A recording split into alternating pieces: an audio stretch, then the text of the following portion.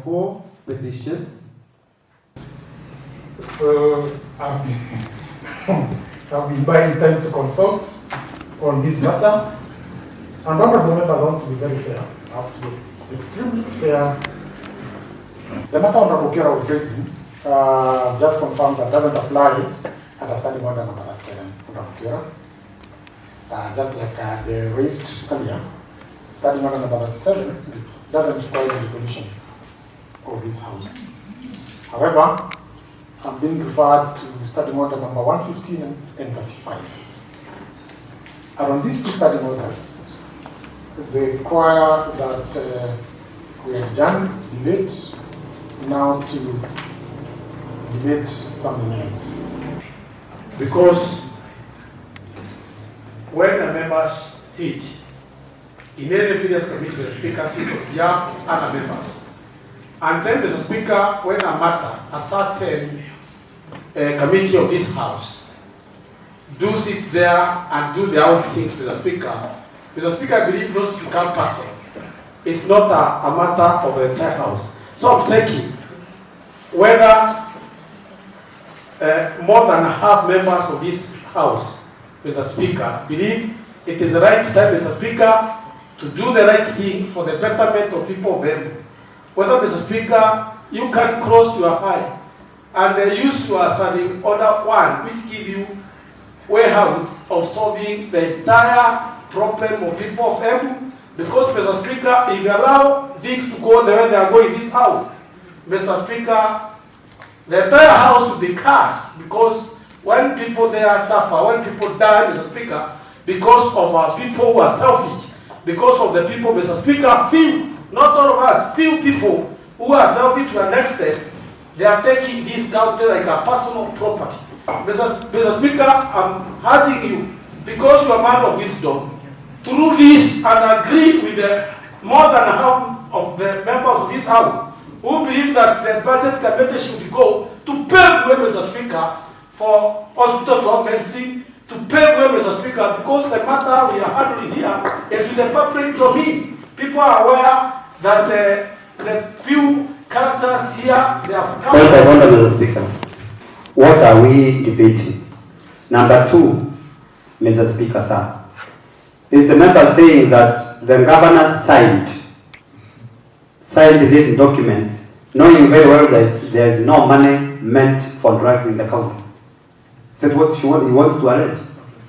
Honorable Senator, kindly conclude your indulgence, not the direction. Mr. Speaker, I'm saying, Honorable members, this honorable House is a honorable House that follows procedure.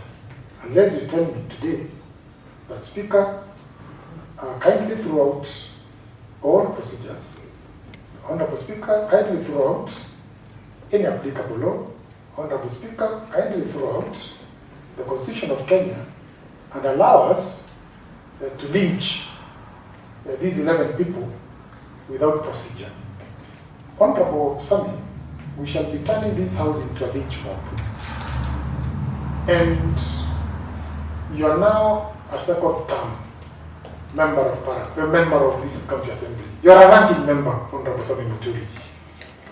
The Englishman says, what goes around comes around.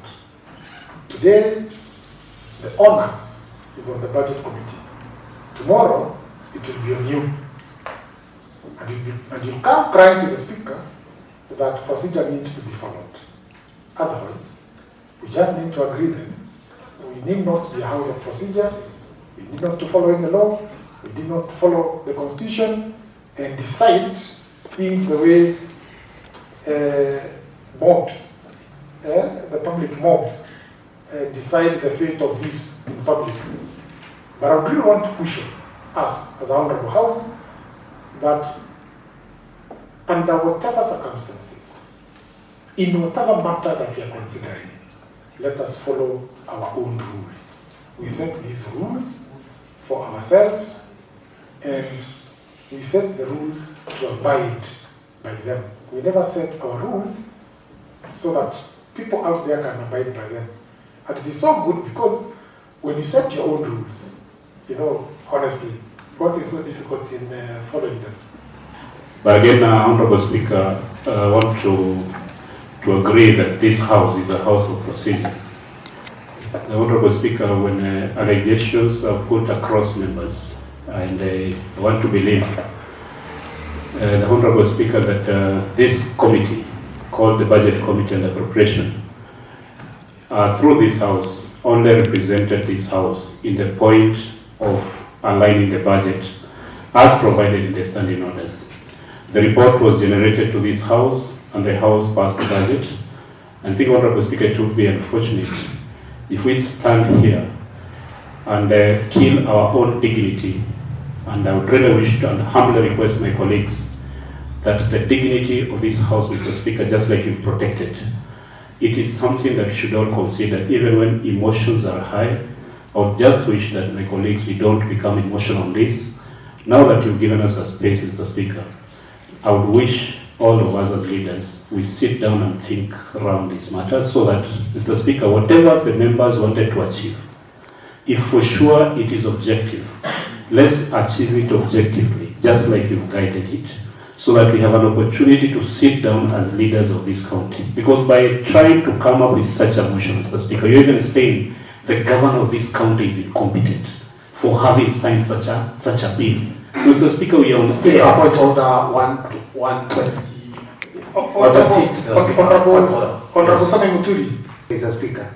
So in your wisdom, Mr. Speaker, I would want to just bring it to your attention that this matter, from where we sit as the elected members of County Assembly, Mr. Speaker, this issue is affecting us directly, is affecting the electorate directly, Mr. Speaker. And Mr. Speaker, I don't want us to rubbish the letter from the CEC. Mr. Speaker, CEC Finance is the person in charge of county treasury, Mr. Speaker. And therefore we cannot just say it is not properly in the house, Mr. Speaker, because that is where now we are going to start the trouble. When we started disputing figures which maybe the honorable members confirmed and has shared with some of us, Mr. Speaker.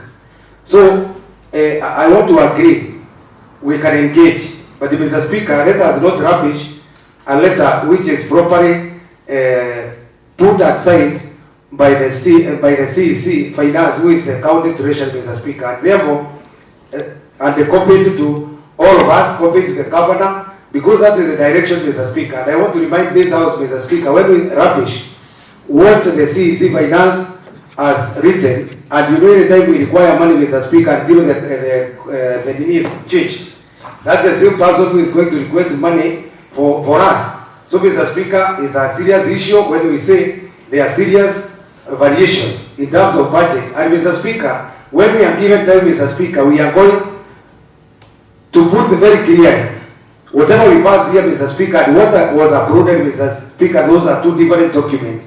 And we are ready to do that, Mr. Speaker. So, I would like the budget committee, sometimes when you are defending yourself, you might be putting salt to already wounded person, to the wood.